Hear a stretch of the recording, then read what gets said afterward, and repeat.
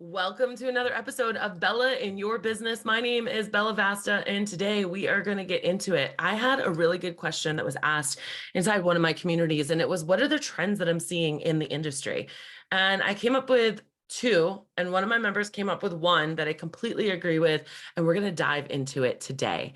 But before I begin, I want to encourage you to like, share, comment, on this podcast. If you have not already, we would love that. We love getting new viewers. And I also want to, if we've never met each other, I would love to meet you. So shoot me an email at bella@jumpconsulting.net. We can get on a 20-minute call, just get to know each other. I always like to solve one problem for you during that time. Also, it seemed though you guys really loved the last episode, even though it was 9 minutes, you really loved it. I got a lot of emails last week and I really appreciate it. So keep them coming because I love hearing back from you guys.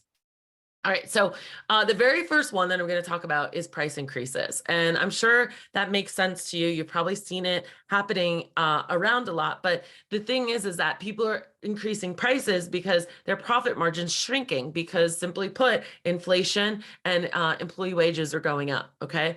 And so that is something that's happening, but I see it happening a lot of different ways.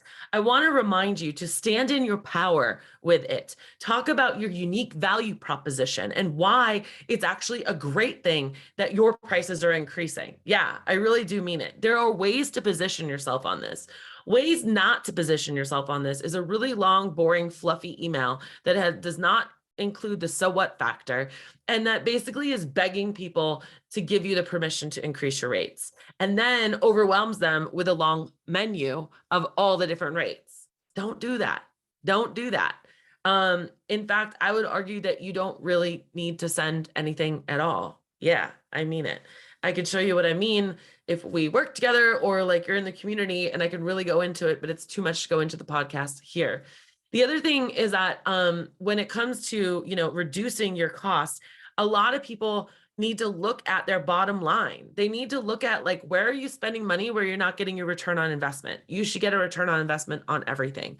I had one girl that just joined Better Marketing and she was spending almost $1,000 on her Google ads and she has no idea if she was actually making that money back. Ouch. Like that's something you deserve to know as a business owner. So I want to encourage you to be empowered with that information. Okay.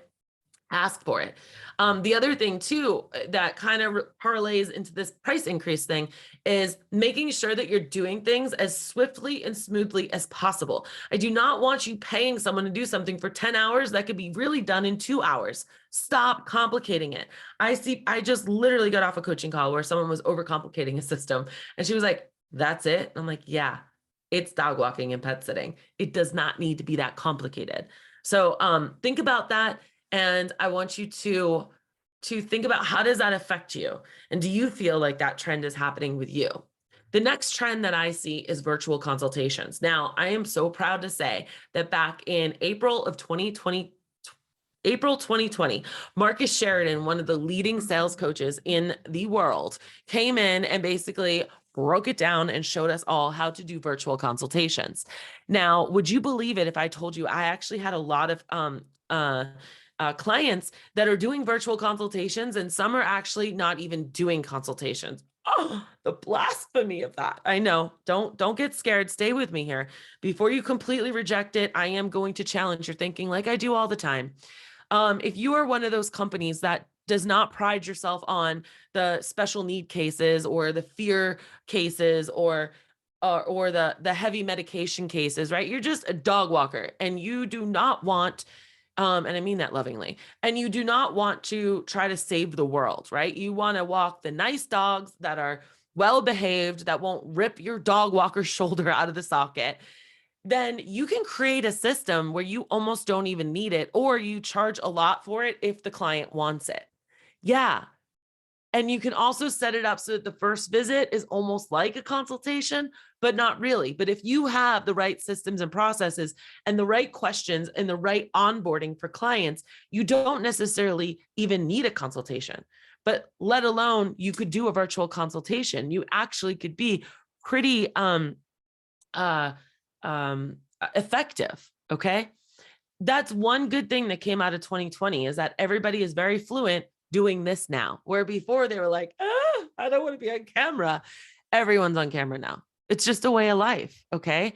So I want you to consider doing virtual consultations. If you are in our community, just go to the guides and you can see that entire breakdown and the teaching on how to do virtual consultations in your dog walking or pet sitting business. It's phenomenal. And like I said, there's a lot of people in our community that have already done that. They've been doing it, but it's kind of cool to start seeing the rest of the industry catch up, which is typically what happens. We kind of do things and then it kind of starts gaining momentum.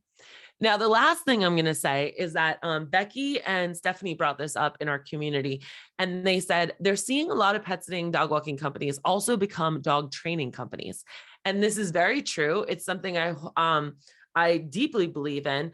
We've got Jessica from RCO Pet Care in Connecticut that just got certified, is now a dog trainer as well. We've got Jenny Coes in Peaceful Paws Pet Care, who also has Dogology University, Wigglebutt University. Dogology is actually Matt, but Matt, I think, is just a dog, a trainer. I don't think he's also dog walking. And then we've also got Randa, who has a couple of businesses, but one of them is also training. She did that a couple of years ago. And so I definitely am seeing that. And the reason, and Becky put this so eloquently, so I'm not going to take credit for this, but 2020 changed a lot of dogs, and a lot of the Better Marketing with Bella members are talking about this now on their reels, which is cool to see. But 2020 changed, us all. And the dogs and the humans started really spending a lot of time together, and the humans kind of became codependent on the dogs to the point they don't ever want to leave them alone. And it has caused these adverse bad behaviors that almost need to be untaught.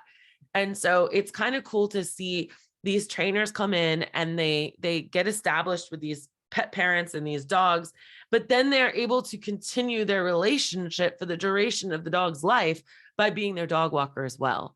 And so those are the three trends that I've been seeing and that my community has been seeing. I'm curious if you've been seeing any trends and what they've been, and let me know. I'll shout it out on the next episode. Just email me, bella@jumpconsulting.net. Next week, we're going to actually go into numbers that you need to know in your business. And I want you to stay tuned for this, or if this isn't the most recent episode that's paused, I encourage you to listen to the next episode. There are a lot of numbers that a lot of people just don't know in their business. And I get it. Like, I had to take college algebra 3 times to pass it, guys. I hate numbers. But when it comes to a profit and loss statement, I know those numbers. I do. And I have people that help me with them. But the reason why we're talking about this is because in our community, this is the month of numbers, April. You guys have probably just submitted your personal taxes, and before that, your corporate taxes. And, it's the month of numbers where we're all kind of thinking about it. And there's certain numbers that I want to make sure that you know in your business, because these numbers should be driving all of your decisions, not your gut, not what your competition's doing, not what your mama thinks, not what like your staff thinks. It needs to be what the numbers say. Okay. And when we make when we make decisions based off of numbers, the possibilities are endless. And so stay tuned for that next episode.